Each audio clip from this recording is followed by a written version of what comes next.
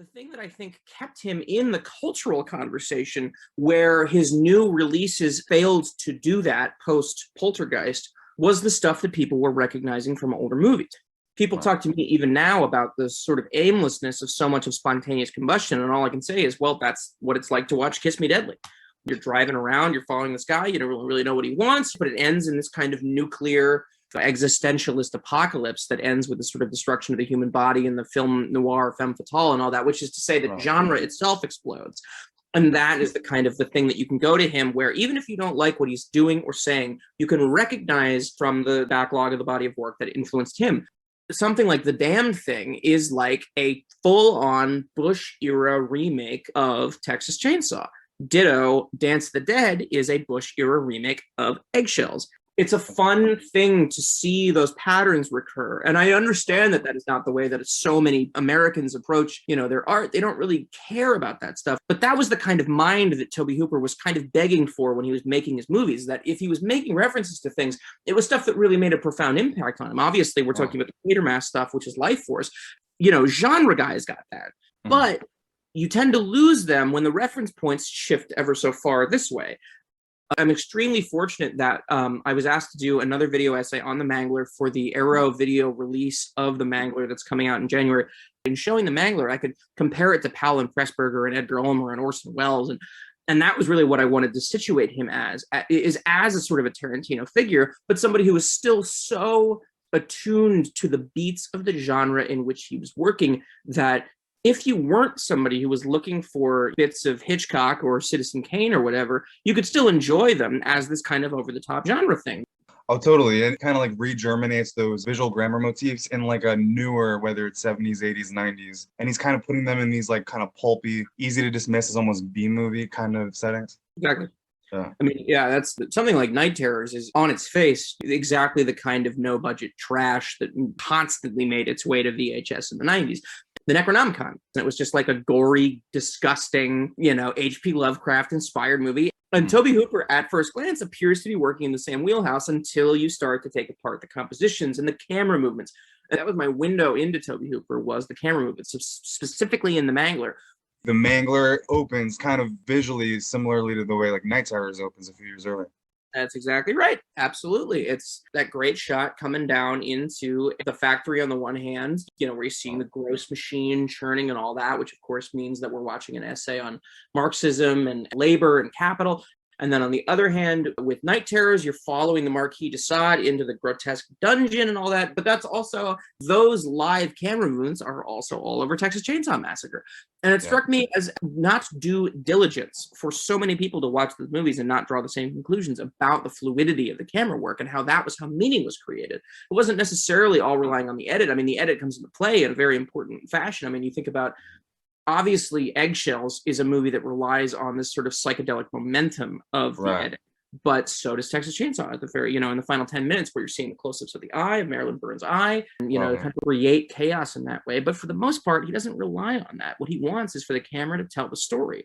That was really my way in, was watching the Mangler and realizing that the intellect at play that had so beautifully created meaning throughout those gorgeous dolly shots all over Texas Chainsaw Massacre was still at work some 20 years later. The initial impression, the first hammer blow that goes down on top of a film's reputation can so often define it. But I really do think that we, fingers crossed, have gotten beyond that idea that Pauline Kael specifically can sink a movie. I think what attracted me to Tobe Hooper was the exposure to Poltergeist when I was young, the nostalgia, and then seeing Chainsaw later and then realizing how different they are. But then, like you said, what bridges them together. If you look at his filmography, there's tons of foreshadows into Poltergeist, or there's tons of echoes from his earlier films and like something like Djinn, the way the hooded thing is in Salem's Lot, the Barlow. You compare him so easily. But my question is, what about Hooper was like an underdog to you? Because that attracted me to his films. Was that people talk about Wes Craven, but not, Yeah, I 100% agree. I mean, honestly, that's sort of the interesting story to the great bulk of horror canonization, which I've written about in the past, is feeling to me fairly random. That,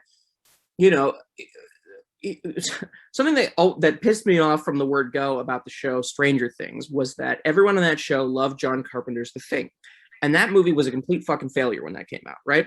Yeah. John Carpenter taking his place as the sort of horror guy, right? The fact that he can go on Twitter right now and take the name the horror master and nobody complains or balks or anything because we were aware of it. We're like, yeah, you are. You're the guy. You're the horror master. That was not predetermined conclusion. You know, he had perhaps the best 80s of any filmmaker. You could stack his 80s successes against basically anybody, frankly. I mean, not even horror, just in general. No, just in general. I mean, even like you stack that next to even Kurosawa's 80s, which produced two of the best films of all time. John Carpenter had the best 80s of all time. It was not seen that way at the time. This is another thing that kind of bums me out, is the degree to which we are so willing to forget history for the sake of a very convenient narrative, which is to say, oh, this guy's the master. Yeah. Dario Argento ultimately had a more conducive, more productive 80s period, because his movies came out and the Italian critics, the European critics, and the American critics, for the most part, everybody was on the same page. They're like, yeah, this is amazing. They made a boatload of money. Everybody really enjoyed them. Now they feel like they perhaps need the extra bit of bolstering. But at the time, he enjoyed more success in that period than almost anybody. You talk about Wes Craven. Wes Craven made The Hills Have Eyes 2 because he was broke. And how did he get broke after Nightmare on Elm Street? Because none of his other movies had made any money. Now we look back on that and we think, oh, of course, Wes Craven, John Carpenter, George Romero, every one of those guys had to fight for every single cent that they spent on movies. Tobe Hooper, chief among them. He seemed like he was going to get a sweetheart deal after Poltergeist because he went to Cannes. They were like, yeah, sure, do whatever you want. And then about a little into production, they were like, actually, we're not into this so much. We're going to cut your budget and we're going to re-edit this. And so it took forever for the director's cut to come out. Wes Craven said that he made The Hills Have Eyes Part 2 because he was broke. He said, I would have made Godzilla Goes to Paris if they had offered it to me. And that's exactly it. Every one of these guys was an underdog until they weren't. And I think that part of the reason that John Carpenter and Dario Argento enjoy the reputation that they do now is because they lived long enough to enjoy them. John Carpenter didn't keep making movies after the war. I really wish he had, because he was still in total control of that. I mean, just that gorgeous architectural sensibility. His movies are just like perfect houses, man. You can. Ugh. I've never seen The Ward, the last Carpenter film. Yeah, I've seen images, stills from it. To me, I compare it to Djinn because to me they seem like kind of very slept on, beautiful architectural horror films. No, absolutely true. Absolutely right. Carpenter now, he's getting checks for every new Halloween movie, and he's making his music, and he's hanging out, and he's smoking weed, and he's playing video games. He's living the life. He came to terms with what the film industry was because he saw what became of his own fortunes, especially post Ghosts of Mars, which is another movie I think is quite underrated. But also what happened to all of his friends. I mean, there's that great interview where he talks about how he used to go to the Masters of Horror dinner. Just the economy of the whole thing changed, that when everybody was getting all this posthumous respect as if they had retired and they hadn't. And it bothered him. I mean, he's like Groucho Marx or something, like he outlasted the system that produced him before he was done giving to it. And they just didn't know what to do with him. I mean, there weren't Marx Brothers movies much after Duck Soup, because there weren't producers who were willing to go to the mat for them in the same way. So it's like, well, we don't have our infrastructure here, so we can't really do this, so we'll just retire, basically. I mean, Groucho shows up in Skidoo and other things as a kind of shibboleth. It's like, oh, look at this icon of Jewish humor. Here he is. That's kind of the Carpenter thing, is if you get him and it's like Kleber Mendoza Filho, the Brazilian filmmaker, using one of his compositions in Bacurau, the movie where Udo Kier is hunting Brazilians, which is a lot of fun. Using his music in that thing. It's a password. It's a way to talk to genre fans. You say, look, I've got the John Carpenter music. I'm serious about this. I know what I'm doing, and I've seen the right movies. What would you reckon Hooper was continually trying to say in all of his movies? Like, whether subtextual or whether like direct, What he was essentially trying to do constantly was tell stories the way that they were told in the 40s and 50s. Because that was the cinema that was playing for him as a young man. And so what he was trying to constantly do was remind people that this method of storytelling was still perhaps the purest way to do it. And so by using the language of high melodrama or Hammer horror or the Corman Poe films, he was essentially speaking to America through a language that had fallen by the wayside, but nevertheless was still the most direct, sincere, and clear-headed way of communicating with your audience. in the realm of low budget cinema in the 70s, you still had people like Wes Craven and Alan Rudolph doing those things. There were real, minds at work. You get to the 80s and anybody with a, Bolex can make a horror film. So what he was trying to say on the one hand was the language of cinema is not going anywhere. I mean, it's not Latin. It's not a dead language, and it's not going to sort of fade away. And if you continue to speak to people in this fashion, you will still reach them. I think subtextually, and in many cases textually, what he was saying was cinema was meant to be a mirror reflection of the machinery of capitalist labor, in essence, right? That you can't make a movie without a crew of dozens and dozens and dozens of people. He proved that that crew could get smaller and smaller and smaller as his budget depleted. But the thing was, is that he wanted to make sure that everybody was aware that anytime you watched a movie, you were seeing the work of 100 people, writers, directors, caterers, blah, blah, blah. That's why his movies always employed armies of extras to tell these stories. You think about the prison guards in Night Terrors. You think about everybody working at the laundry and the hospital and the police station and the delivery trucks in the Mangler. These are stories about labor. Spontaneous combustion is another example. You're going to the theater in the beginning where Brad Dourif is standing in for somebody to do the fake bad performance, which I always find very endearing. And there's a million extras going everywhere. In Invaders from Mars, all the soldiers that are called in to deal with the alien menace. And in Dance of the Dead, all of those people enjoying the performance on stage. He was having this conversation that, yes, you're here to escape, but there is no escape. But America specifically is a country that runs on the blood of the worker. And you need to always be reminded of that. And so every time he made a movie, he found a way to remind you that, yes, it's a fantasy. Yes, you're in a movie theater. You're in a safe space, so to speak. And yet every single movie tells you the same thing, which is that laborers are underrepresented and underappreciated in American society. They're not protected because they can be fed, without consciousness to the machine, literally in the Mangler. If you can brainwash enough people into thinking that this is the way that things are supposed to be, then you can get away with whatever you want to. And that is the underlying message of like Salem's Lot is a great example, right? That on its face, it's Stephen King adaptation, so it's not even like you're like, okay, so we're not even going to ascribe this to Tobe Hooper, right? Because it was based on a very popular book. That movie's about how a whole town can completely vanish overnight and nobody will notice. Because by the time we catch up with the heroes, they're in Mexico. What has happened since then? Doesn't matter. They've all gotten away with it. They tried to kind of play with that a little more when they remade it in 2004 with Rob Lowe, because when we meet that character, the David Soul character, again, he's in a soup kitchen. And so they're trying to still remind you of the sort of underclass, the people whose lives don't matter to the wider machinations of society. It's a thing that comes up all the time as I've been doing this Ridley Scott project. Guys in a little room deciding how the world is going to work. You see that a lot in his really forgotten television work. He did a lot of pilots, and some of them involved like aliens and UFOs or all conspiratorial. And, that also falls in line with like Nowhere Man and Spontaneous Combustion. So it's all throughout his work. Yeah. No, it's true. That TV work is almost, if anything, more to the point than a lot of the feature films. Definitely. Nowhere Man is a great example. It's basically the government decides they're done with this man. They're going to erase his identity, and they buy his wife and tell her to like take their story, and she does for money. And then, they send him to an asylum, and everybody there is just like willing to believe that, like that's exactly it. That is more to the point, is that at any moment, your life can change because some people you've never met hundreds of miles away in a room have decided that they're done with you.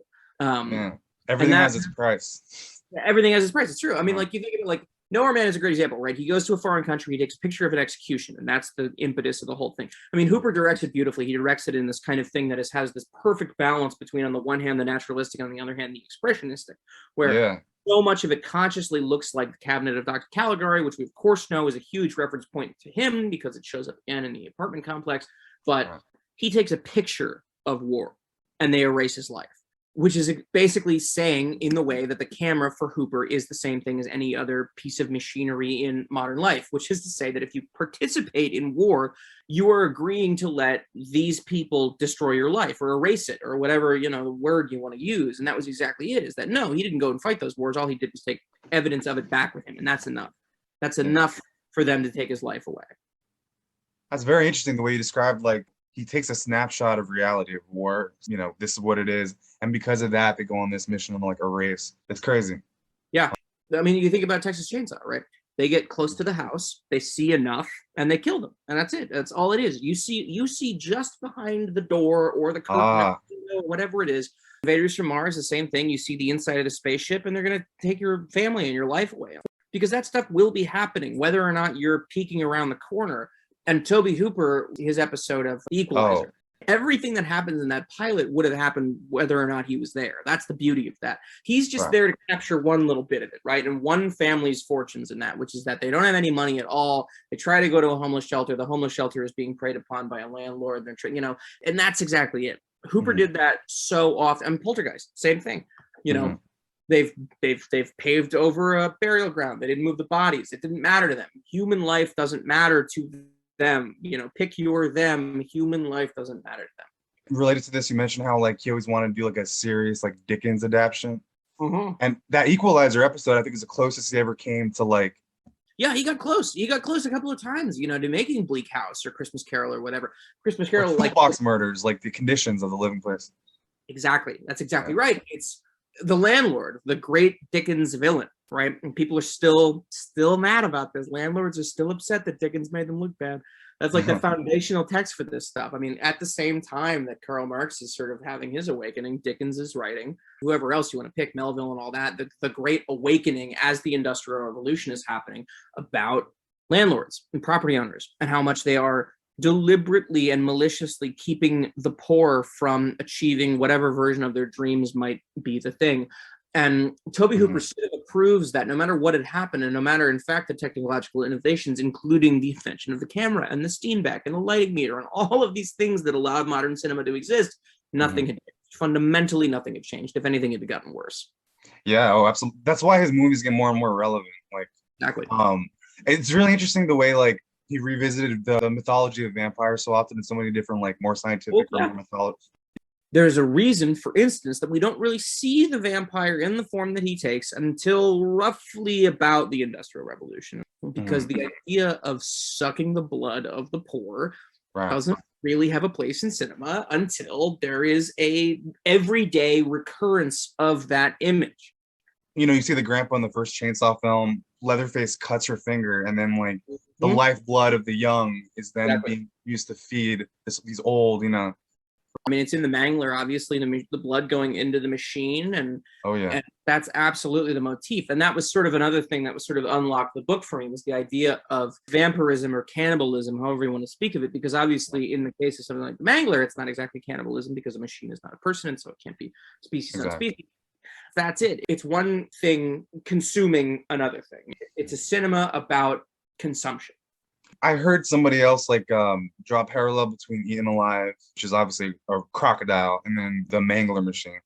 How they're feeding, The people and things that society are done with get fed into the mouth that will consume them. Vampire in Salem's Lot, it's a machine.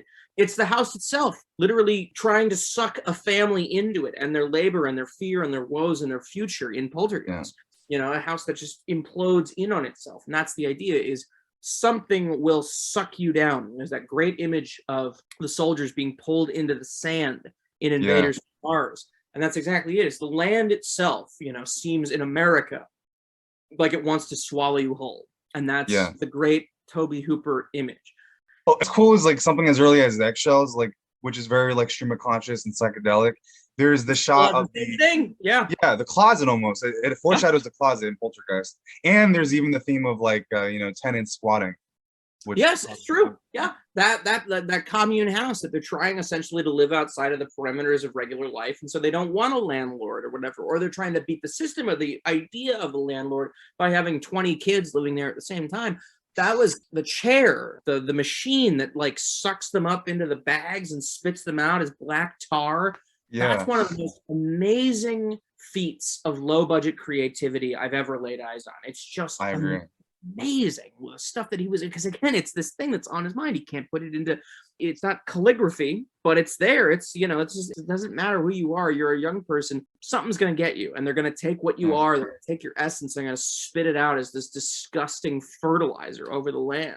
Not for nothing that we're seeing that park get totally bulldozed and renovated and all that as they're going into the woods to commune with this machine that who knows what they think that it is going to do for them. The mysteriousness of Eggshells is one of its virtues, that the motivations of any one of its characters are almost completely inscrutable all throughout. I mean, there are conversations that they have that sort of point the way towards this conversation with domesticity and Douglas Sirk and Norman Rockwell, as we've spoken of before.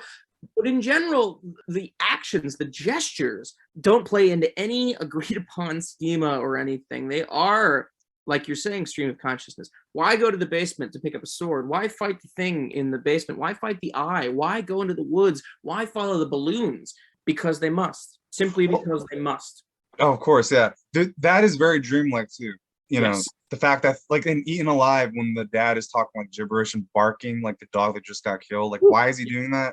There's no reason, but it makes like a nightmarish sense. Yeah. Exactly. Well, I think that part of that has to be that Tobe Hooper is sort of pulling into his unconscious memories of the men that he grew up with, because that male attitude is so much a presence in his cinema. It's in Salem's Lot with the young, and it's in The Funhouse, honestly, too. Those two movies have the same thing, which is a dad that doesn't understand the son who is obsessed with horror movies, and that's Tobe Hooper.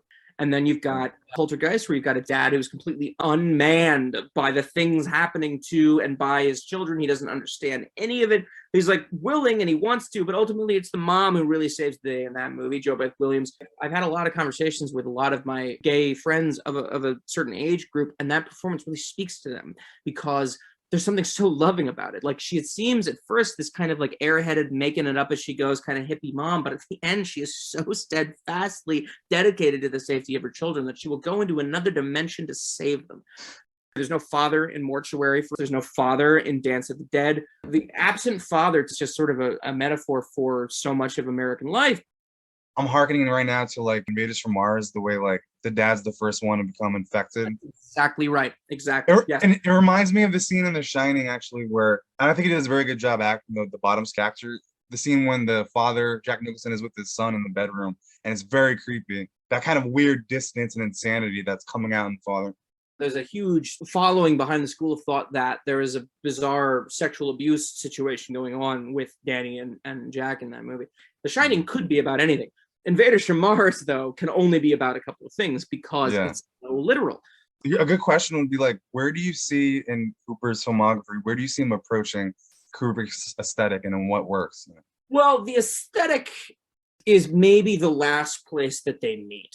I think that both of them had a cockeyed sense of humor. There's an argument to be made that his Cannon Group movies approached the Kubrick aesthetics because he had the money to spend on the lighting, which I think he would have wanted to do for the rest of his career if he could have done it, but the money just wasn't there. Like Lifeforce approaches 2001 in the visuals. 100%. Absolutely. Yeah. No, I mean, Lifeforce is like this beautiful fusion of, on the one hand, Alien, on the other hand, the Quatermass movies, specifically Quatermass in the Pit.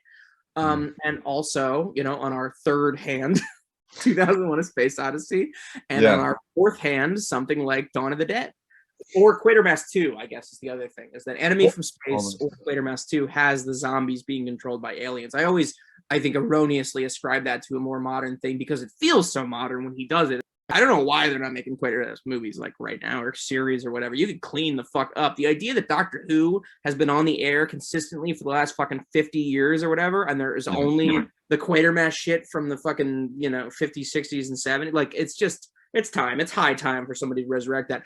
So broadly to your question, I don't know that Kubrick and Hooper ever quite became simpatico because Kubrick didn't want movies to feel like they were made. Kubrick wanted movies to feel like they were beamed in.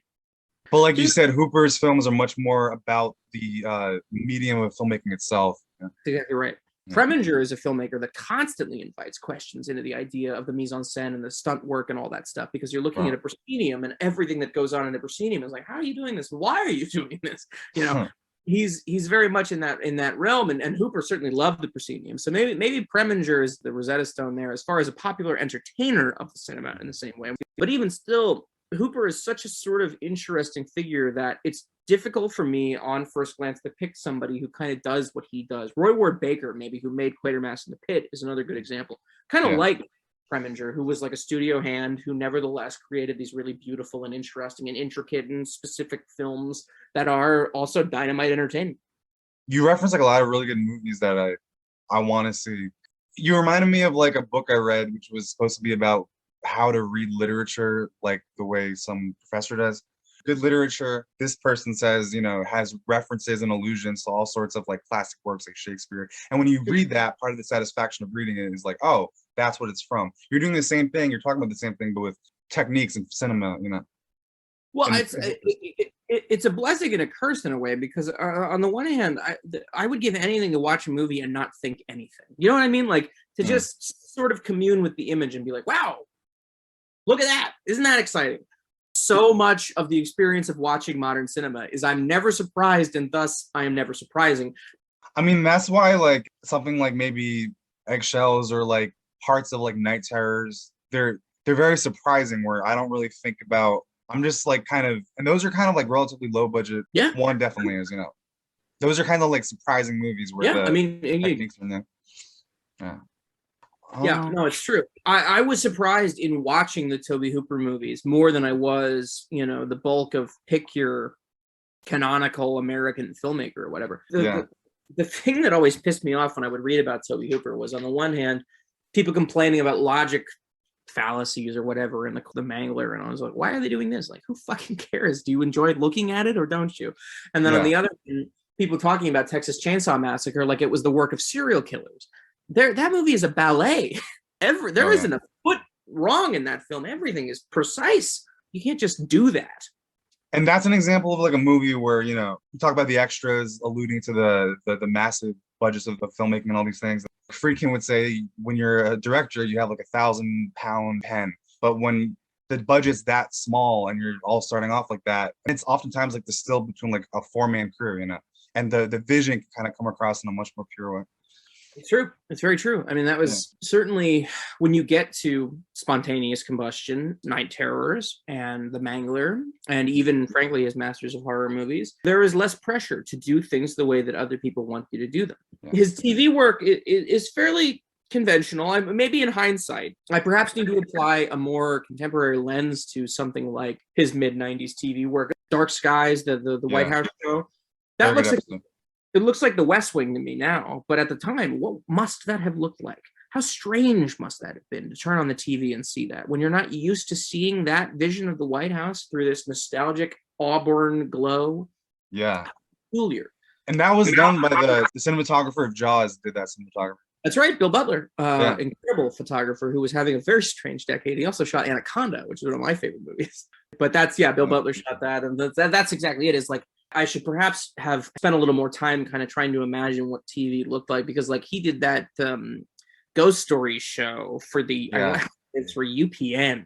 And it really does look like UPN. It really looks like Family Matters or something. Like, it's very prosaic, but it's still got that kind of graceful camera movement and all that. I mean, it's a little silly. It's probably the least interesting thing he did, Isn't that the one where there's like a middle segment where the guy's investigating a ghost at a hotel and the eyes are on the TV?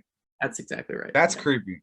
Yeah, no, there are good moments. But it's also the one where I want to say it was like a toy store is haunted.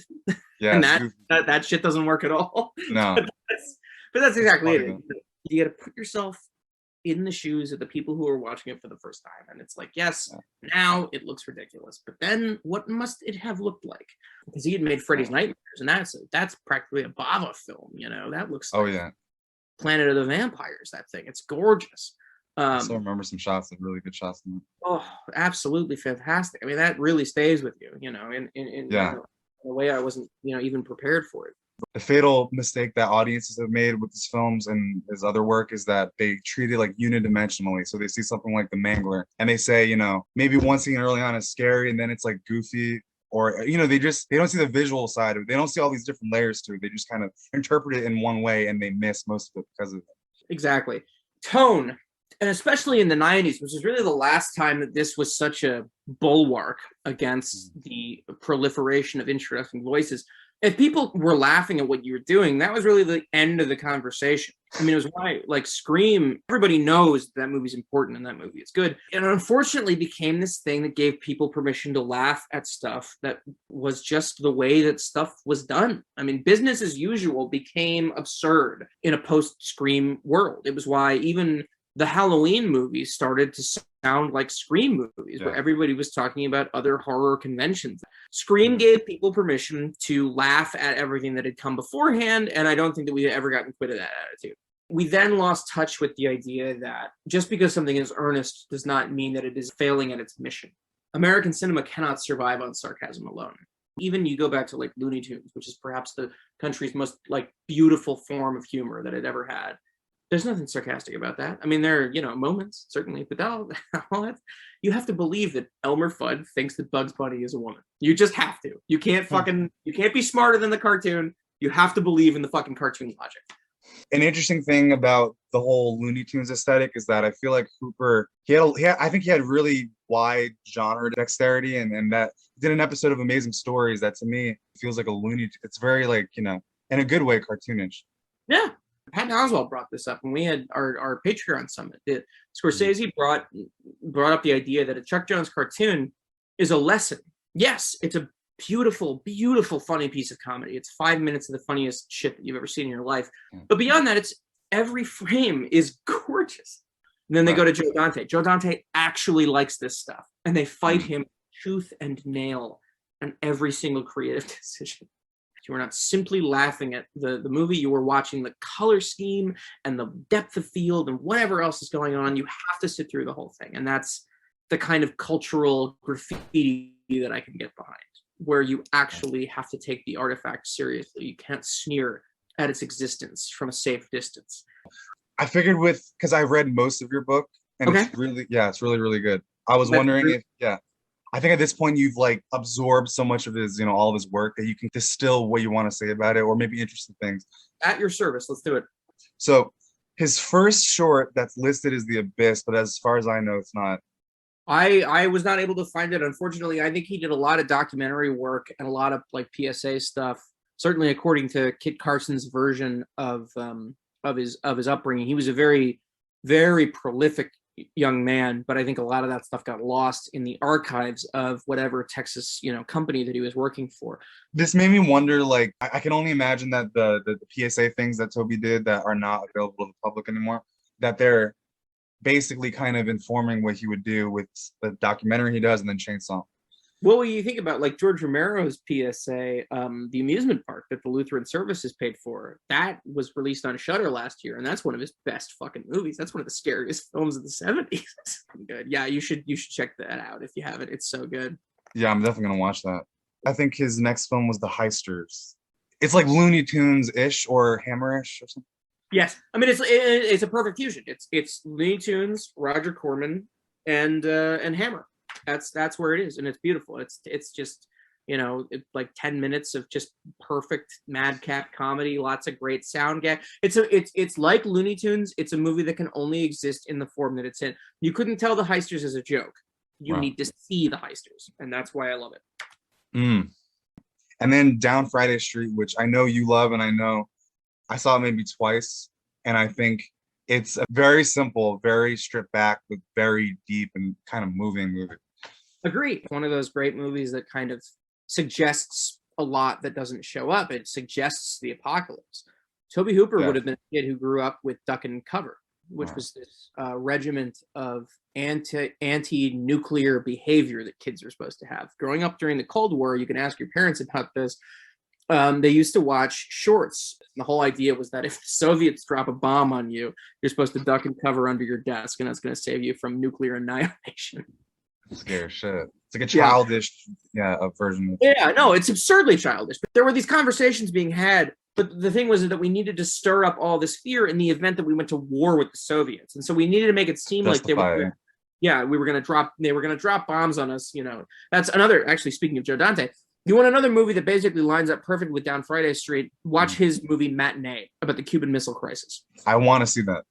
It's incredible. He was a guy who, like Tobe Hooper, subsumed the comic art of his childhood and he spat it back out in this form that was broadly palatable. And, frankly, a lot of that was due to ultra-violence, which he was really good at. Matinee and Down Friday Street would make a perfect double bill. I got to check it out. It's definitely like a very good comparison.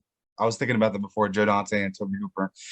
Someone mentioned that Spielberg had a vision that he kind of replicated in a lot of his films, the successful ones, but he had a much darker, more cynical kind of view of the world, which he would let his executive produced projects express, like Tobe Hooper. Well, that was, I mean, when you look at the people that he supported in the 80s, you got Zemeckis, Joe Dante, Tobe Hooper.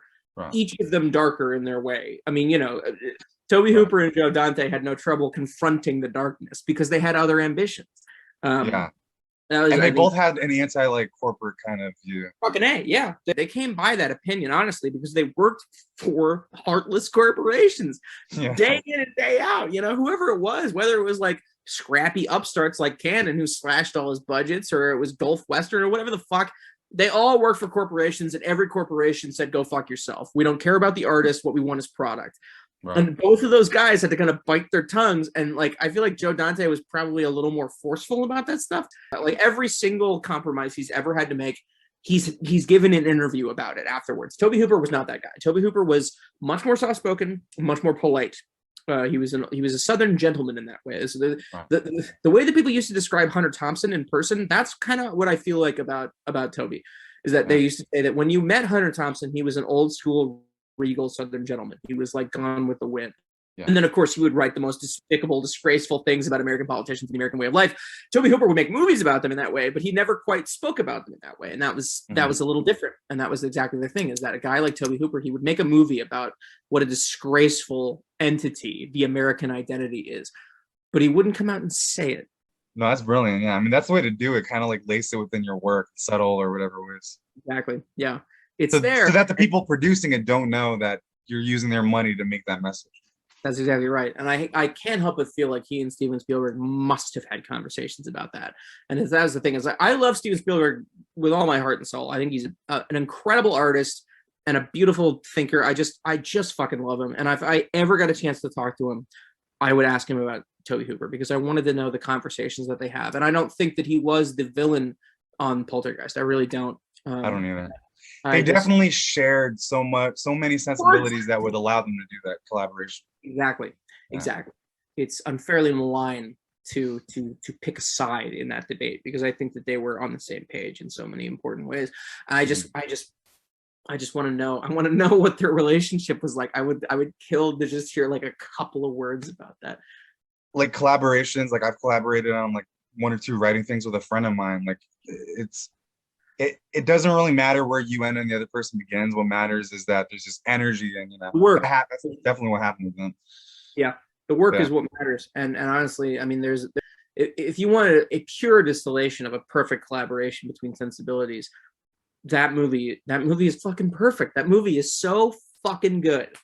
And it really could have only have been the way that it was, because you've got the ruthlessness of Spielberg on the one hand, fresh off of Raiders and doing E.T., and just a guy with all this energy he doesn't know what to do with, and Tobe Hooper brought up to Hollywood with his gorgeous fucking, his Michael Powell tracking shots and all, like, I just wish they'd worked together more than they did. I know they did it 3 times, but I wanted more. Right.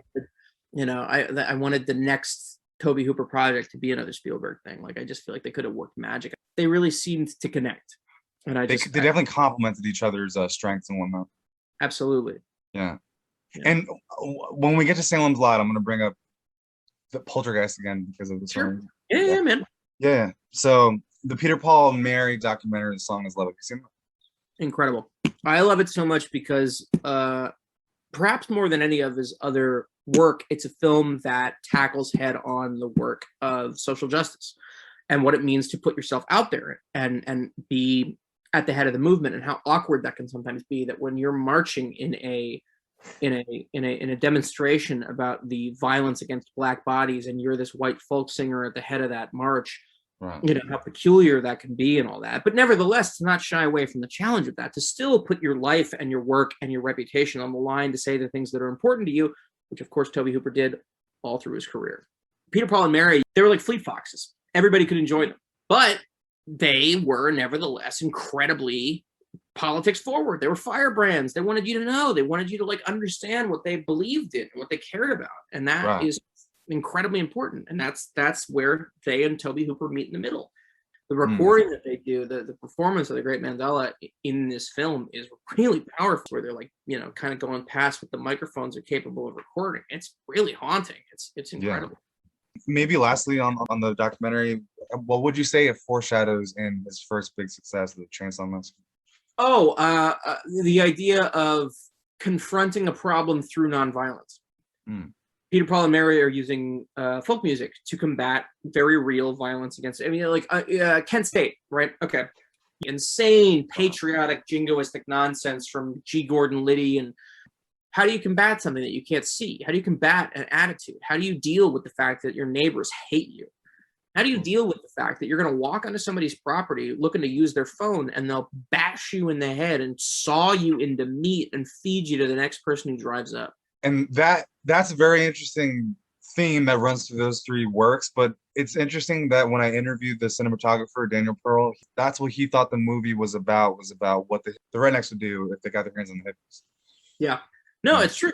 This imagined war between the working class and student radicals, because it was, and it remains imaginary. There's a Salvador Dali quality to living in this country, and that's I think that Tobe Hooper really kind of got to the meat of that with those three films: The Song Is Love and Eggshells and Chainsaw right in a row, and then you've got Eaten Alive as the punctuation on that, which of course, yeah, every single thing absurd. Yeah.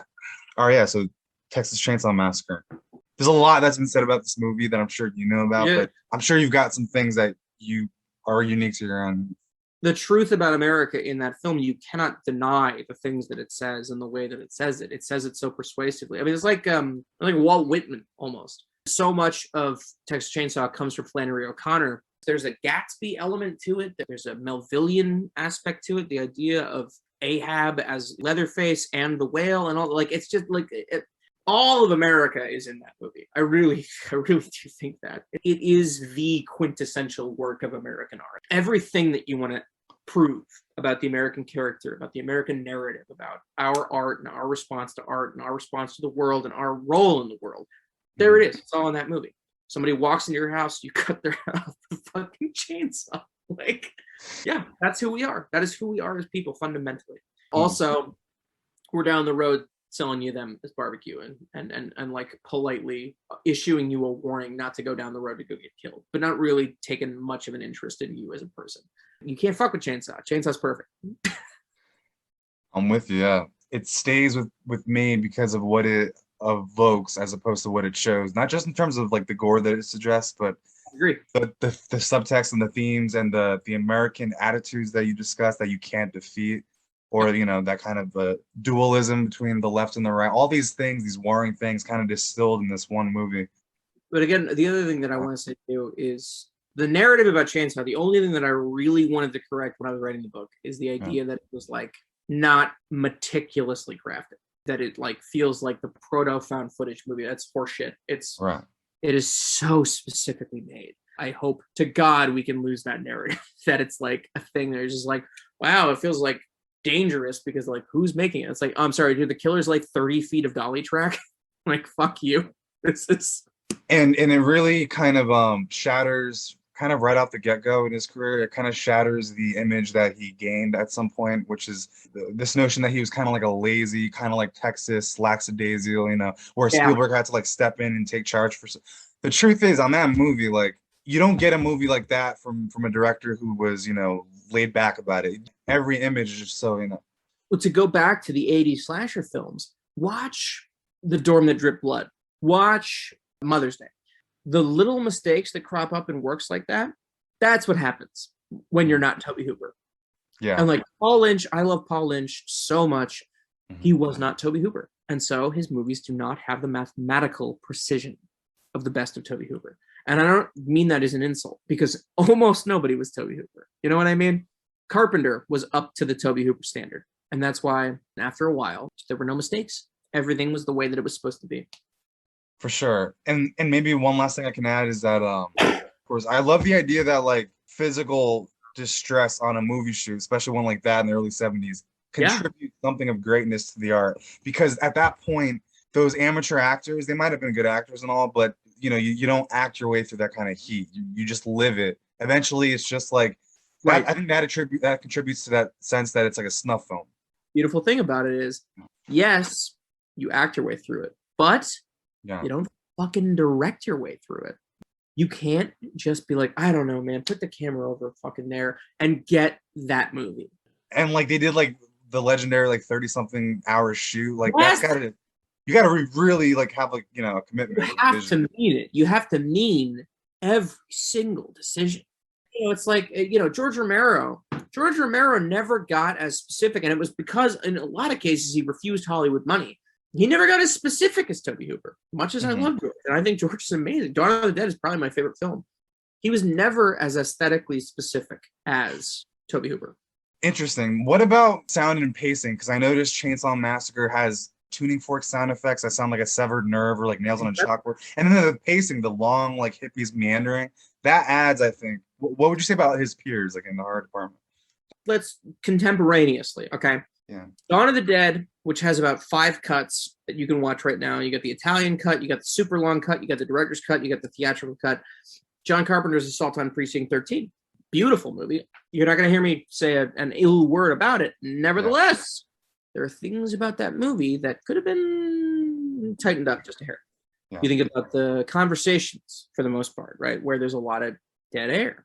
And it's because I think Carpenter was just sort of an untrained filmmaker. I mean, that was his second feature, and he's still learning the ropes and all that. And that movie is very potent and very beautiful. And there's a lot of really, really great stuff in there. Wow. But I think that the argument could be made that Carpenter doesn't really become Carpenter until The Fog. And he needed to like work all that stuff out. Even Halloween. Halloween is as good as Texas Chainsaw. Good as it is. Romero is another one. The Crazies, which I fucking love. There are continuity mistakes all over the place. Wow. Sound things, eye line don't match up, and this coming over here, and then suddenly the camera's there. There are crazy continuity errors all over the movie. I think they add to the textural successes of that film, but there's no denying that they are mistakes. There are little mistakes all over it. Tobe Hooper did not make those mistakes. You can argue that something like Eaten Alive is crazy, you know, is tonally all over the map. It doesn't have the problems of Assault on Precinct 13 or Crazies.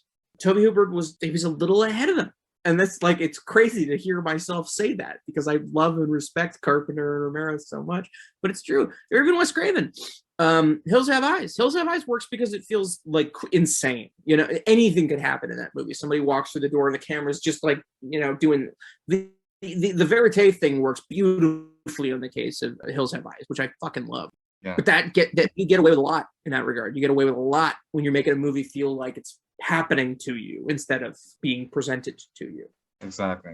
And I think Chainsaw is an example of, I think, maybe 3 films in his career where he really injected his own blood into that movie because he wrote it. So a lot of his own fears, things about, he talks about death a lot in interviews. A lot of these kinds of like neurotic feelings, these kind of existential feelings find their way into that movie in particular. Yeah, I agree. I mean, there is almost no way that his whole personality doesn't eventually wend its way into a film like that because it is so personal and it really hits like something personal. Because Texas Chainsaw becomes personal for everyone who sees it because it's so intense. It's not a film you shrug off. It's not a movie that you can forget that you've seen. Like. And lastly, because it's so early in the film, but I love the way it's set up because even during the credits, you're hearing like the newscaster talk about like just 1,000 things about death. It's being weaved with the heat, and it looks like a nuclear bomb just went off. And all that comes together. And that's the thing, is that most of Tobe's movies take place in this beautiful Hollywood purgatory of pre-apocalypse. And that is the world in which the bulk of Tobe Hooper cinema transpires.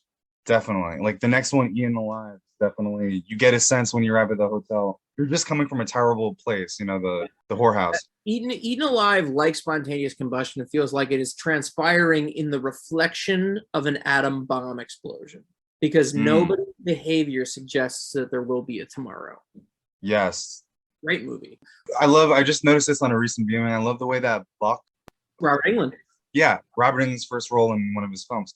But I love the way he's kind of this terrible person who's thrown potentially into the role of being a hero at the end. Yes. Yeah, I love that stuff. Return of the Living Dead, which has a lot in common with a lot of the works of Tobe Hooper, has the same attitude. Where it's the guys that are traditionally treated like the expendable, you know, kind of ne'er-do-wells in film are the heroes. Complicates your sympathy. Right, exactly. Or like Crocodile, you know, a lot of people kind of don't like that movie, but it does have anti-heroes. Yeah, it does. That was the American character. These hair dye, pop punk assholes are who was populating our screens all of a sudden. And if you do your job and you play those guys convincingly, we're going to hate you. If you don't do your job and you don't play them convincingly, we're also going to hate you. So where is the part where it's like fun for you to play? And that's the crocodile thing. We can, we're jumping ahead a little, but that's Crocodile is extremely persuasive about its depiction of that persona at that moment. Reality TV was brand new, and this newly public shithead persona was like a whole thing. I love the Jackass movies, but they contribute to that a little bit, for sure. That was a huge deal in horror cinema from like 1998 until, let's say, 2004. That was everywhere. I don't know why it went away, but it did. But like Hostel perhaps was the death of that stuff. So Salem's Lot, the important thing about Salem's Lot is that I think it indicated to filmmakers like Steven Spielberg later on and to other big studios that he was capable of doing a very tightly scheduled, where they did the equivalent of like 3 times as many setups as a normal movie shoot a day, but with a fraction of the time. And he like slept like 3 hours a night. The result is like phenomenal. Yeah. Well, they talk about William Friedkin loved Chainsaw and was Hooper's mentor for a bit out there in LA. Exorcist is probably the analog for Salem's Lot. You think you're watching, your normal 70s movie, and then suddenly it takes you prisoner and there's no escape. And it's just relentless and terrifying. Salem's Lot, to this day, terrifying. Probably no blood either for a vampire movie and the TV movie. And he employed, like, I learned that when they did the crane shot where the kid's on a crane and he scratches on the window, goes in the room. I heard that they filmed that one way and then they did it in reverse. That's kind of what they didn't carry. So he was open to these techniques. Exactly. Well, yeah, because why not take the time? You're working on CBS's dime. Why not absolutely figure out what's scarier? And that's, again, that's the Tobe Hooper thing. He's not going to insist. He's going to see what works. It's a movie that really looks on its face like pedestrian, made-for-TV horror. And then it's the scariest thing you've ever seen in your life. Oh, yeah. And there's a lot of like visual motifs that Hooper revisits. So like one is, there's a scene that almost, I think you wrote about it in your book too, it kind of foreshadows Poltergeist, where the cutlery and the things are faking and pairs. Yeah. It's the idea of the everyday as a participant in horror, because Hooper's thing was the suburbanization of horror in a way that, like, you look at like Corman Poe movies and the Universal horror films and the Hammer horror films, it's rarefied. It's in the past. It's antique. It's far away. Exactly. Carl Freund's The Mummy is like a perfect example, right? A million miles away in antiquity. The villain is from 100 years in the past. There's no part of you that now can relate to that, right? Hooper brings all that right up to the present. Eaten alive. It's like, what are you scared of? You're scared of the guy running your hotel is a psychopath and he's got a gator he's going to feed you to. Texas Chainsaw. You stop for fucking gas, you're going to get your head staved in, and then you're going to get fed to the next group of people who show up. Salem's Lot is like that, which is guy goes back to his hometown the very week that somebody moves in with a vampire. So Werner Herzog, who makes an incredible fucking vampire movie around this time, I think it's the same year when he remakes Nosferatu for Germany, a terrifying film, but it's still lodged in antiquity. He set it during the plague. You got plague rats coming into town. Tobe Hooper was not like that. Tobe Hooper did not want you to think that horror was a safe thing in the past. He knew better. He knew that horror would creep up on you in the darkness, in your neighborhood. And the next movie that he makes, The Funhouse, proves it. It's not about the past. It's not about the horror movie magazines that you love and the Frankenstein mask and the stuff that you're obsessed with. It's the carnival down the street. It's the thing you go to do for fun. That's what's going to kill you. And I just love that about him. Yeah. Salem's Lot, you talk to anybody who was a young kid when Salem's Lot was new, they will tell you how fucking scared they were. Traumatized, And of course they were, because that shit's still scary. Really revolutionary too, the way they did that horror thing on like a 3 hour. There were scary TV things, but Salem's Lot is like aggressive, like the Dan Curtis TV model isn't even up to the standard of Salem's Lot. And Dan Curtis was really good at what he did. It's like the last shot in Trilogy of Terror where Karen Black is waiting for the guy to come over and she's like flipping the knife in her hand and suddenly you realize she's got the fucking teeth. That shit is terrifying. Salem's Lot is somehow scarier. Yeah. We'll move on to the Funhouse. Funhouse is amazing. Funhouse is so good. It's a Freudian retelling of the fixations in the slasher film. And it's Psycho from the eyes of somebody who had studied Psycho. Because in the beginning, it's the shower stabbing scene, but then it's like this whole thing where you're seeing something you shouldn't. Peered your head around the corner and there's no going back. And that's the Elizabeth Barrett. She was so fucking talented. I really wish she had worked more. I think that was like one of her last roles. She's also Amadeus. in Amadeus, exactly. Yeah. And it didn't really work anymore. She was like so beautiful and so good and so like in natural, like kind of like she was pretty, but she had like an ordinary quality to her. No, absolutely true. I mean, that was the sort of order of the day. I mean, like Karen Allen and Brooke Adams had exactly that same character. Without having seen it, I feel like Tobe Hooper's Funhouse is going to be the movie that people are going to wish that Guillermo del Toro's Nightmare Alley was going to be. That's all I'll say. No, probably, yeah. I mean, I think the Funhouse, in addition to what you said, it works as kind of like almost like a companion piece to Chainsaw that the fans didn't really get with the sequel if they didn't like it initially. Fucking A. Well, that was exactly right. It ultimately it is almost a sequel to Chainsaw because it's like your carnival geek under a mask and he's got this hideous deformity and all that stuff. And it proves ultimately that what Hooper wanted to do, least of all, was to make a sequel to Chainsaw. He was interested in other stuff. He wanted to make these anthropological studies, and he wanted to use these gorgeous camera movements and all the color and everything. The freak out in the haunted maze itself is such a beautiful piece of filmmaking. Like, he was hemmed in on all sides. He couldn't win. Everything he wanted to do, they didn't want him to do. And so every time he did really, really well at the stuff that he was good at, they would be like, well, yeah, but we wanted this other thing. And we still do this. Americans they're not the ideal cinema audiences. People talk shit about the French, but the French are open to experimentation and Americans are not. Yeah, Americans don't facilitate, new kinds of no, fuck no. The artists go with it. No.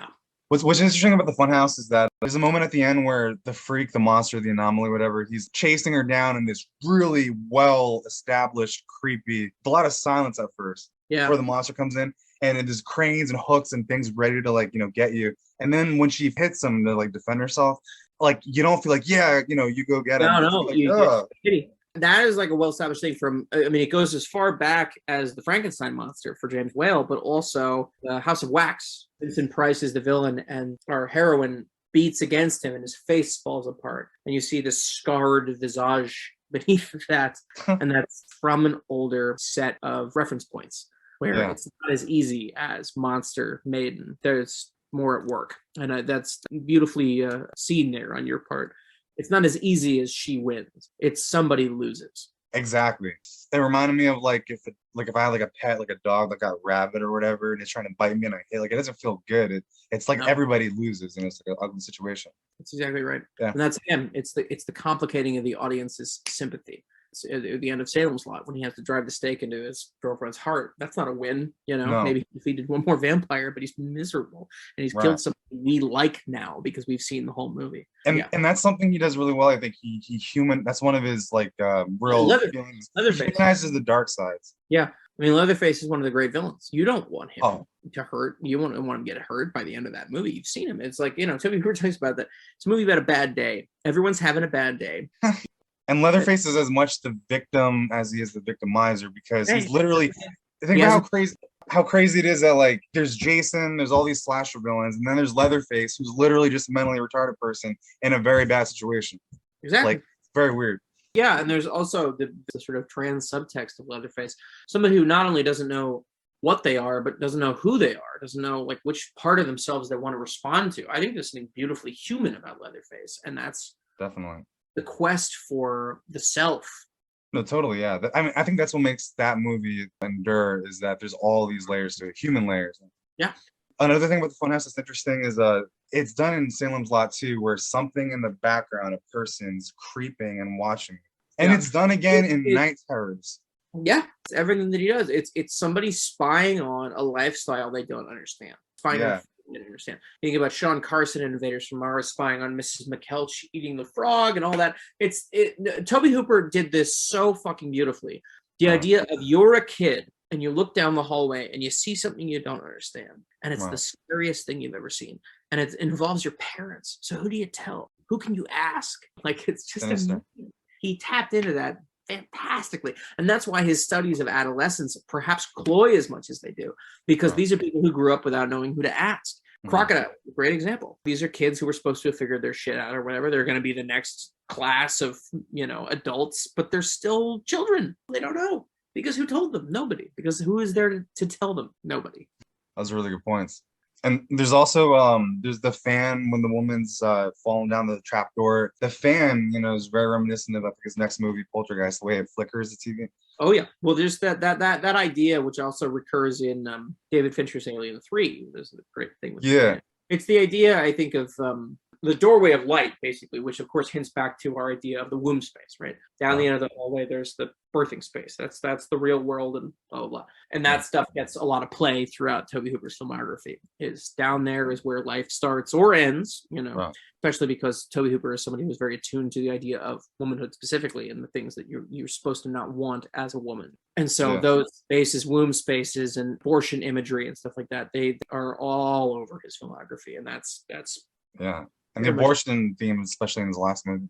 Absolutely. Yeah. No, it's also true of like all the sex talk in the Funhouse, where like Buzz wants to, you know, fuck and she doesn't want to. And that's what are you gonna do, man? You're like, you're in a southern state in the 80s, in Reagan's 80s. What happens if I get pregnant? My life's over.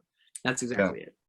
Yeah, great movie, Funhouse. And something I learned was that Tobe Hooper, first of all, the script was rewritten by Larry Block, the writer, after he knew that Hooper was on board to direct it.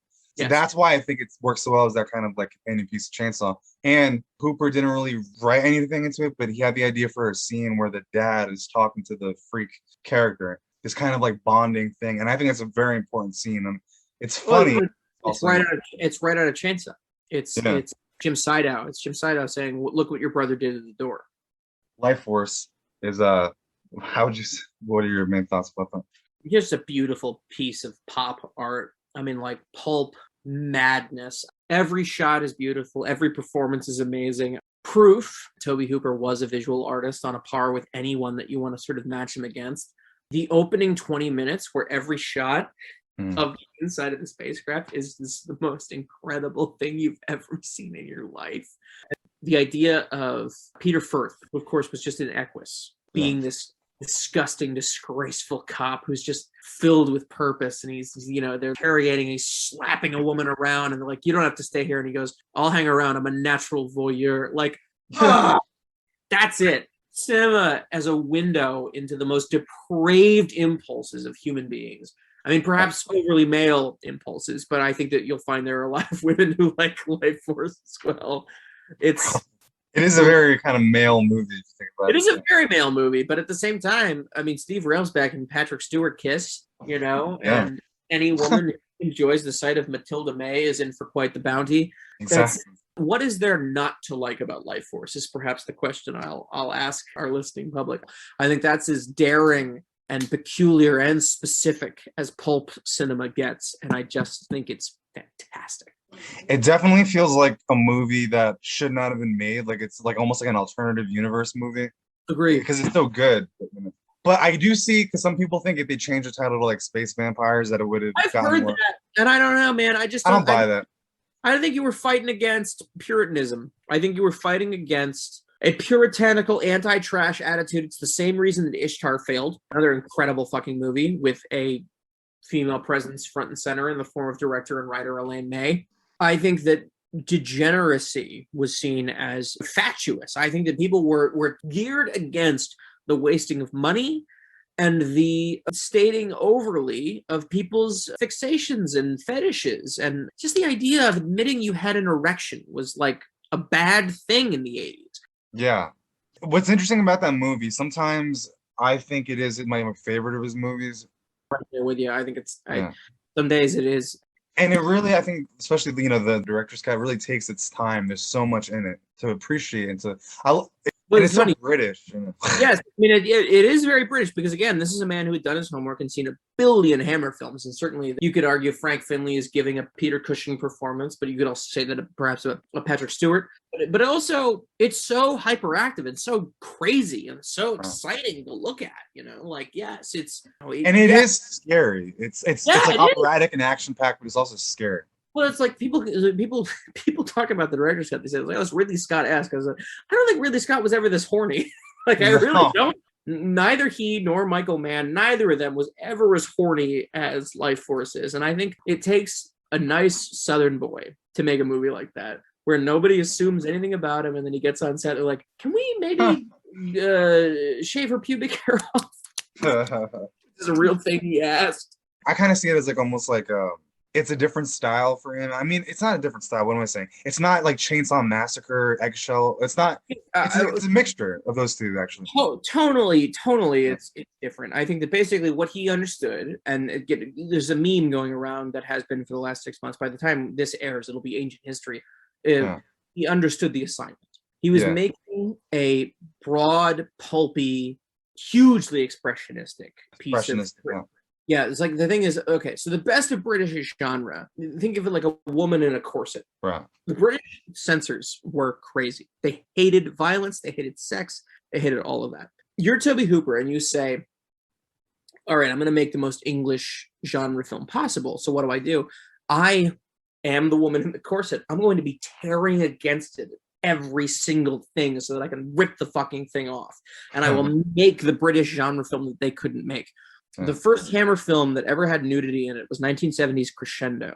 And after that, things started to get a little more expansive, until suddenly they were in the deep end and they didn't know what to do. And it was the end of the company, which was they had Nastasia Kinski at age 16, when she was not allowed to be nude on camera, in To the Devil a Daughter. Tobe Hooper is putting himself in the place of, where did Hammer films leave off? Great, we'll start there and we'll get crazy.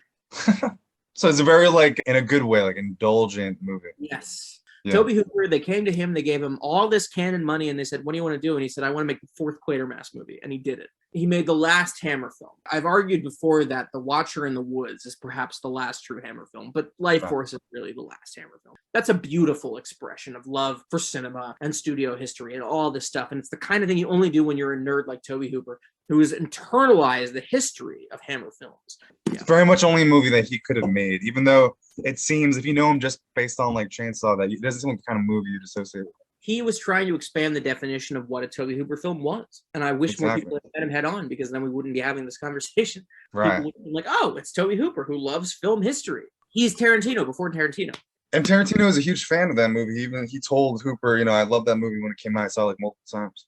Fucking A, and it should be, because it's exactly the kind of thing that he would have done. The same impulse. You're given a piece, you're given this much money, you're given money enough to renovate a patch of land. What are you going to do? You're going to build the house that your father wanted to build. You're going to build the house that your friend wanted to build, and they didn't get around to doing it.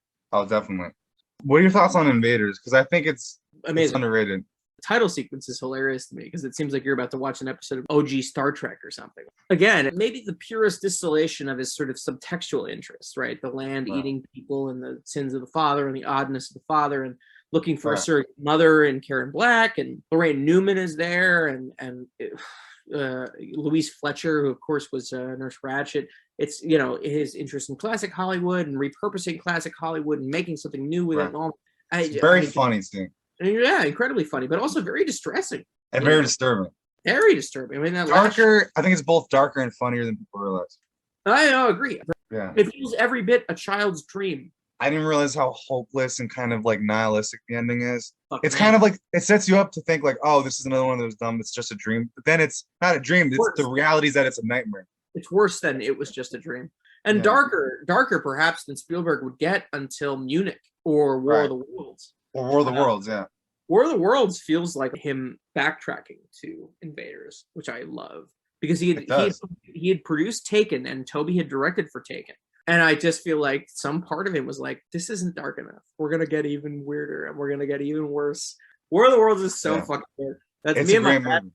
Yeah, me and my dad saw that like 10 times that summer. Oh yeah, I saw it when it came out too.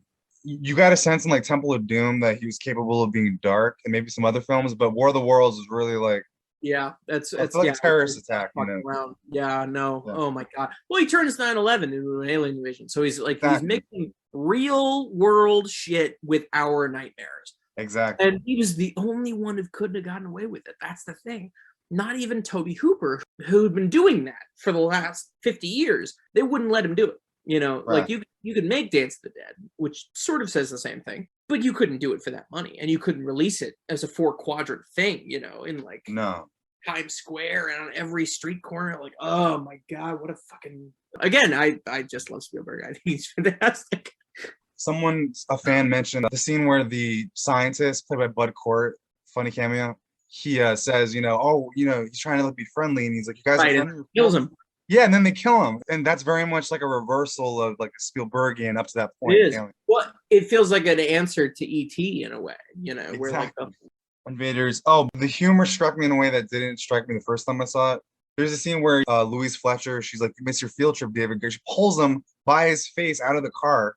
yeah, That's funny. And then there's a scene I didn't notice, but at the end when he's like, you guys can't be doing this, it's wrong. And then there's a moment where they eat the teacher, and there's like two aliens in the corner, like cackling and laughing the whole time. To me, that's hilarious, but I never noticed that kind of stuff. yeah, kind of high school student daydreaming thing. That's like all in a lot of Tobe Hooper's work. And a lot of them, yeah. Chainsaw 2 is Amazing. one. Did you like it when you first saw it? Oh no, I hated it. I hated Me it too. when I first saw it. It took me several rewatches to get on its wavelength, but now that I am, incredible fucking movie. Amazing. Yeah, I love it. Yeah, it's Grey Gardens set in a gigantic womb of American militarism. Like, what's not to love? I feel like Invaders might have followed more closely to its source, which is the original film, whereas Chainsaw 2 goes like way beyond. It's almost Chainsaw 2 feels like a sequel to Invaders from Mars. It doesn't feel like a sequel to Texas Chainsaw. good point. Yeah. Yeah, and it's the same thing. It's you're going into the Earth and you're there in this degenerate zone ruled by alien ethics and all that, but they're a negative, funhouse mirror reflection of American politics, and that's exactly what both of those movies try to do. Yeah. Hierarchy. I fucking love them both. I think they're both incredible, and the idea that he did that with Israeli money is also very funny when you look at like America and Israel and their whole history. It's very funny that Tobe Hooper used Israeli money to make the most un-American movies of all time. Oh, it's very funny. A thing about Chainsaw 2 that I think Hooper thought it was too funny, and also at the same time, like things look anatomically correct and too violent. I think that is. I like that idea that it's funny. It's a parody of its very serious predecessor film. Not entirely serious, but I love that he basically all of a sudden it's like reality without any warning, and her friend's been bashed in the head with a hammer 20 times, and he's got his face peeled off. Yeah, I like that. poor guy, Lou Perryman. Yeah, no, Yeah. it's relentless, which I like about it. That's a movie with no God. Yes. And I think is very key to Tobe Hooper is living in a godless universe. Very true. And I think that recur. I mean, from essentially, Lifeforce. Yeah, I don't know, because like Poltergeist hints at an afterlife or something. Mm-hmm. Lifeforce is a movie where you finally realize that the ordering principle of the universe is violence. Yeah. Sex and violence, and that takes hold, and that is really the thing. Is that he hints at the supernatural again and again throughout his, but again, it's not a Judeo-Christian worldview. It's something more malign. And I think that Texas Chainsaw 2 and Invaders and Spontaneous and all in the Mangler, they hint at a world governed by a more malign set of principles than we are led to believe, which I like. Right. And in those films in particular, maybe not Spontaneous, but there's a good sense of like irony and humor, which I think is like a coping. I mean, I think that there's a bit of irony and humor in Spontaneous. For sure, yeah. It's a repurposing of the 50s, we'll say broadly. Right. It's Hiroshima at home, that kind of a thing. But yeah, no, but I see what you're saying. Yeah. No, I agree with you. And then I do think that Tobe was really sensitive and kind of saw the universe in a nihilistic way, and I think that's because he was sensitive, and I think that shows in his best work. Agreed. There's a push-pull between nihilism and something a little more charitable, we'll say. But yeah, I hear it.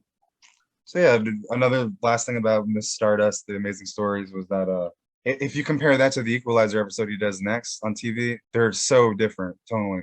Oh, sure, yeah. Well, that's the beauty of TV, is that from one minute to the next, you can do whatever you want, and the crew will be there. You think about his Tales from the Crypt episode. He just gets to remake Mr. Arkadin and the Lady from Shanghai on a TV budget. Like, what could be better?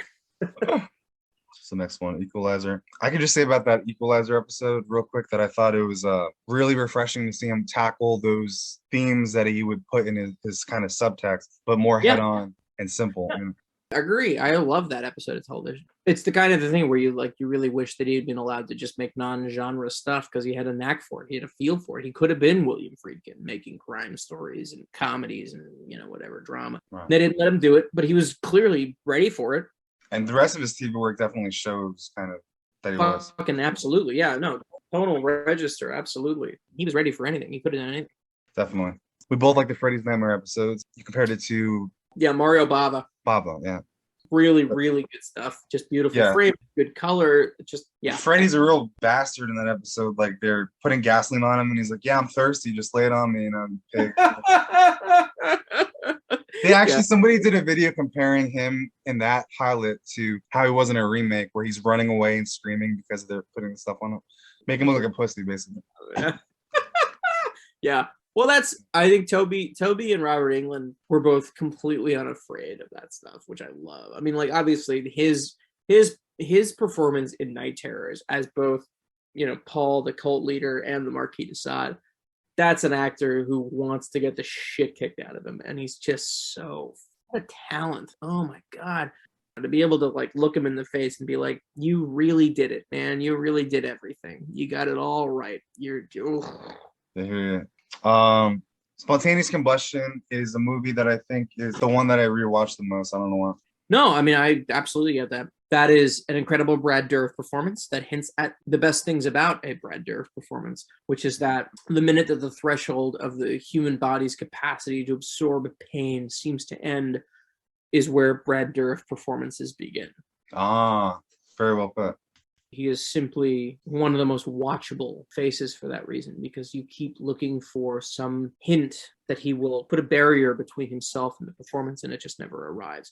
He is always the most present of performers. Watching him is magical. I mean, obviously there's the reason beyond the incredible creativity of Don Mancini that Chucky is still on TV to this day. And a lot of that because of Brad Dourif's performance as the villain.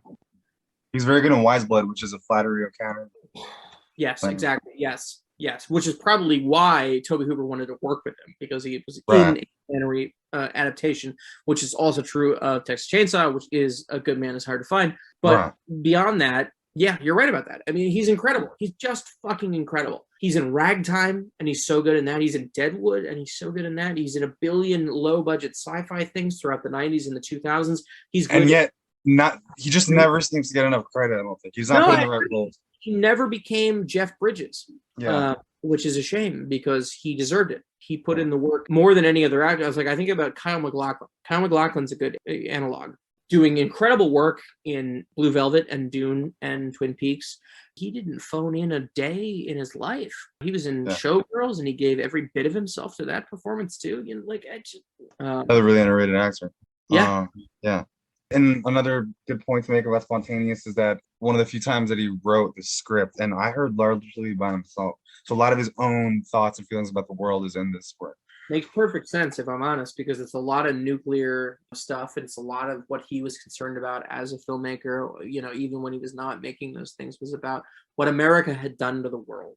And I think Andre de Toth, who was a director that he had paid homage to in a number of ways visually throughout his career, showing up as the nuclear scientist, this emigre director showing up to give this thing. It's like, it's perfectly normal for the human body to just self-destruct.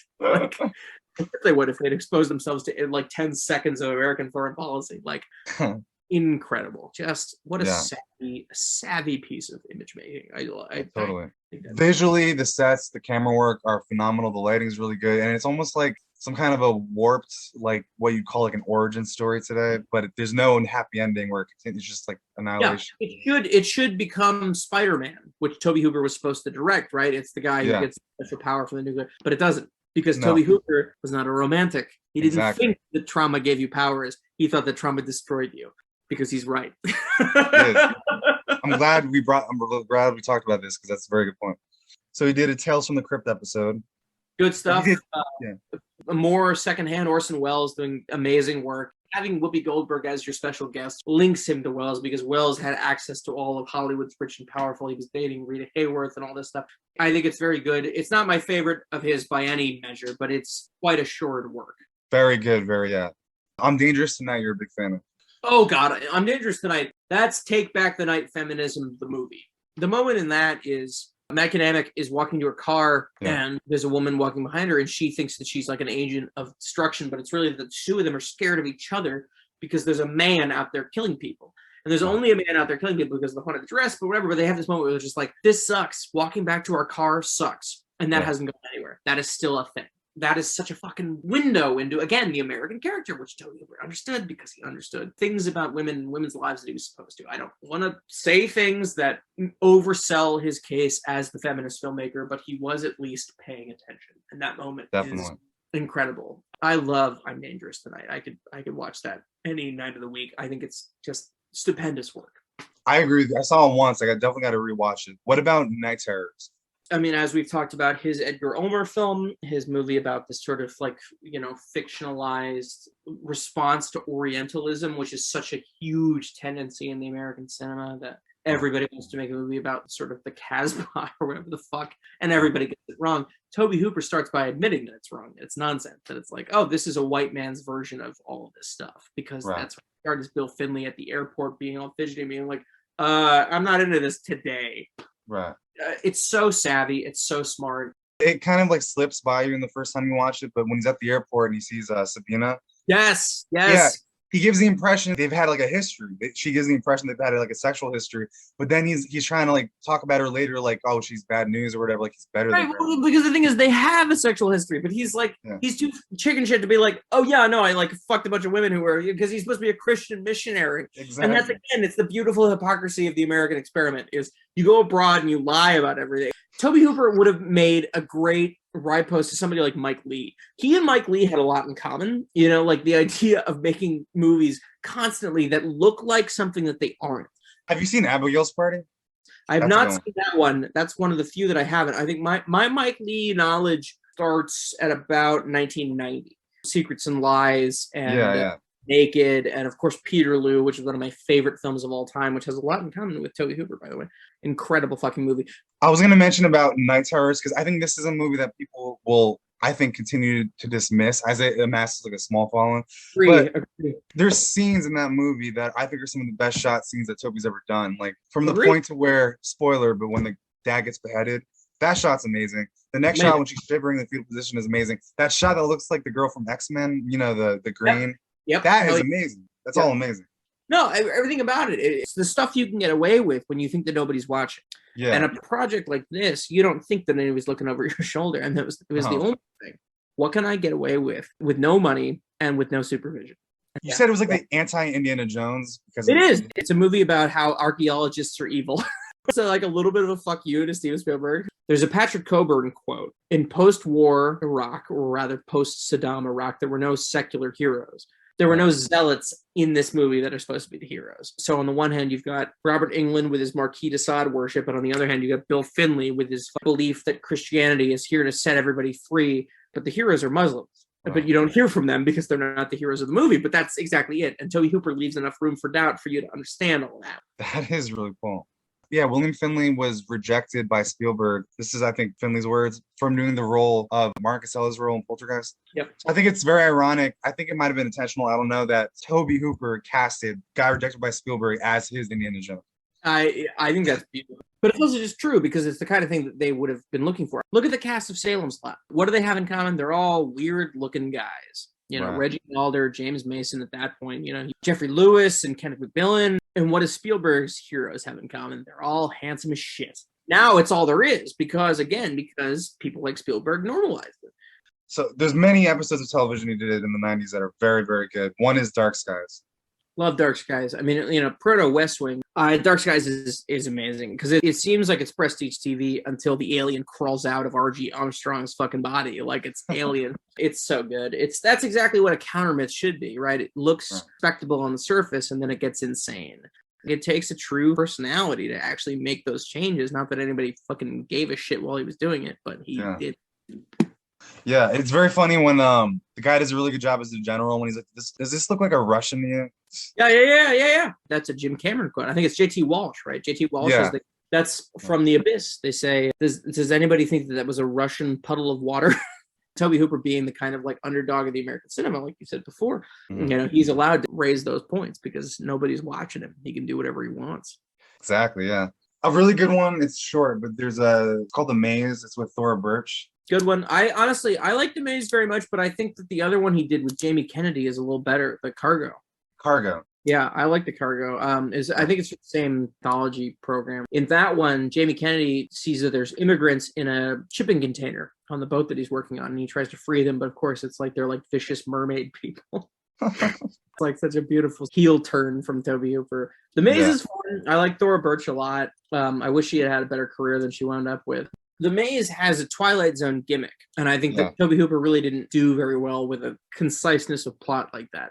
He needed to kind of roam a little bit. What about like Nowhere Man? It's kind of like a good plot, but Nowhere Man allowed him to kind of spread his wings a little bit. He was doing a little bit of like John Frankenheimer stylization. It was a little more freeing. It was like he could do the German expressionism thing. He could do the 60s expressionism thing. He could kind of like experiment a little bit, and he didn't have to see the whole series to completion. He could just have fun while it was happening. And that's how much room you give him to experiment. Where you're making a short film, you got to get everything wrapped up real fast. And if the script isn't ironclad, then you're going to wind up like, oh, okay, and then what? That's my issue with The Maze. Whereas Nowhere Man, he doesn't have to wrap it up, but he treats those things like they're little movies. And so he gets to be like, all right, there's a little bit of Hitchcock. Paul McGann on the set of Alien 3 was talking about working with David Fincher, and David Fincher would be like, okay, here comes John Ford, where he had all of these ideas from the movies that he loved as a kid that he was like bringing out to sort of bear on Alien 3. And it really does shine through because Alien 3 is one of the most visually beautiful films in the 90s. Definitely. But it's not the kind of thing that you think about as that kind of a movie in the same way that, for instance, you would as like a Tarantino film or whatever. You're like, oh, it's laden with reference points. But it was in these instances, and that's kind of what I like about them. But The Maze is not a film that you look at and you're like, oh, an obviously talented filmmaker made this. It's more an obviously talented filmmaker was given 20 days and a couple of $1,000, you know? Yeah. The limitations show, the strings show. They do. What about Toolbox Murders, which is very, very good movie? I love it. I love Toolbox Murders. You know, I kind of hammering home with some stuff that he'd been playing with his whole life, you know, about landlords and about trying to find your place, especially in Hollywood. I mean, that's a movie about a couple that goes to make it, and of course, they wind up being consumed, literally. That opening really sets the tone in a cool way. And another great example of the Texas Chainsaw Massacre dolly shot, where they're following Sherry Moon Zombie across the street. Right. And yeah, I agree. Yeah, just amazing work. It's definitely one of his underrated ones. Yeah, for sure. I mean, he's got a dozen or more underrated films, but that's definitely one of them. He does great work. I like the OG Toolbox Murders, but I think he undeniably improves upon it. He does, and what's really interesting is that the people who wrote Crocodile, the couple, Crocodile's Crocodile, but Toolbox Murders to me, way different. Yeah. Toolbox Murders to me represents like a real like qualitative, I think, leap for them. No, I agree. I think that basically it's him meeting torture porn head on, but still doing the Tobe Hooper thing with it. I agree with that. And then Mortuary, I didn't like the first time. I think it's pretty damn good the second time. It's fucking excellent, honestly. It's To Kill a Mockingbird. You know, it's a movie about 60s America filtered through 2005. I think it's wonderful. I think it's a splendid film. Yeah, it's funny. Somebody described it as like a R-rated Goosebumps or something. Yeah, that's beautiful. That's a great way to describe it. Absolutely true. And better than the one that we got in the form of those Fear Street movies, which are confused and not fun. No. One of the last ones is the Two Masters of Horror. Yeah, no, I mean, I think those are linchpins. I think those are incredibly important in understanding Tobe Hooper, the man, Tobe Hooper, the artist, because as we've said, they restate a lot of his pet themes. Dance of the Dead is eggshells, and The Damn Thing is Texas Chainsaw. But more importantly, it's on the one hand, the Richard Matheson psychedelia, and the idea of trying to live through a bad epoch on drugs, which you can't do because eventually the drugs wear off. And on the other hand, it's burrowing into the soil for oil. And you can't do that either, because what is oil going to buy you on a day-to-day basis? Nothing. I think that those movies are really fucking good, and also some of his best. Yeah. I agree with you. In particular, The Dance of the Dead. What really strikes me about that is like it's kind of like he always said that he loved Clockwork Orange and Kubrick. That's kind of like as close to Clockwork Orange as he would get, and it's very good story, direction-wise, everything about it. But he also doesn't get slavish with it. He doesn't just do Clockwork Orange. He No, makes his own. He will make it new. He will make it weird. He will right. make it unique. And that is the beauty of what he did, is that he took the whole 50 years of cinema history that he inherited and he represented it in a way that that no one else was going to, where it is staunchly itself and starkly surrealist, and yet violent and brutal and spare and memorable. And so relevant, like to me. And it kind of did the zombie cliche in a very, very original way. Where like I would believe that would happen in real life. No, agree. That's extremely well put. The versions of horror stories that he winds up telling are endlessly retellable and also believable after a fashion. I mean, once you get through the sort of expressionism of the telling of the tale, you can really get on board with the idea that this is happening. Maybe not exactly the way that they say it is, but it is happening, and it's terrifying and it's awful, and he's a much smarter filmmaker than people give him credit for.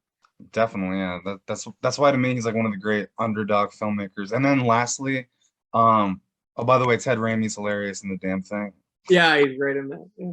Crazy. Djinn, I liked the first time, but like most of his, I saw it a second time last night.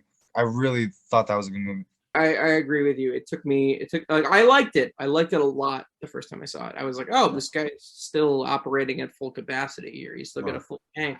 But the second time I saw it, and then the third time I saw it, I saw the director's cut the third time, I want to say, I was like, oh, wow, yeah. He hadn't lost anything. He was still as sharp as he ever was.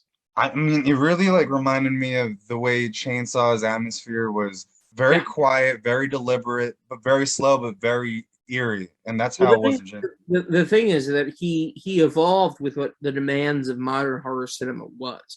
You could play that next to whatever this week's new horror film is and be like, oh, yeah, no, that is playing by the same set of rules. How many other horror filmmakers are like right up there at that edge? No, really. There's something as simple as like the woman with like these kind of digitally, these pupils that look like voids. Yeah. And she's just talking to this man. And that to me is one of the scariest things he's ever done. I don't know why. I just yeah. It's a thing that he's always done. It's the simplest things are the scariest things. Yeah, nature, beauty. You don't have to imagine a whole world of horror to be frightened by this. It's just you don't. There's also the moment where the family is killed in the car. It sets you up for like a supernatural thing, but then it ends with reality. It's just a truck. Yeah. That's scary. Yeah, man. Well, the thing that's always with Tobe Hooper is, if we die, who will tell people that we died the way we died? And that's been true since Eggshells. Who will know that we died this horrible, fucked up, supernatural way? Who will tell people there's a malevolent spirit in the room? Nobody. That's a very good point. Yeah. Awesome. Covered a lot of stuff. I feel like this was like the exam after writing the book. This was a lot of fun. So thank you very much for inviting me. This was thank you. Of course, dude. Thank you for your time and insights and everything.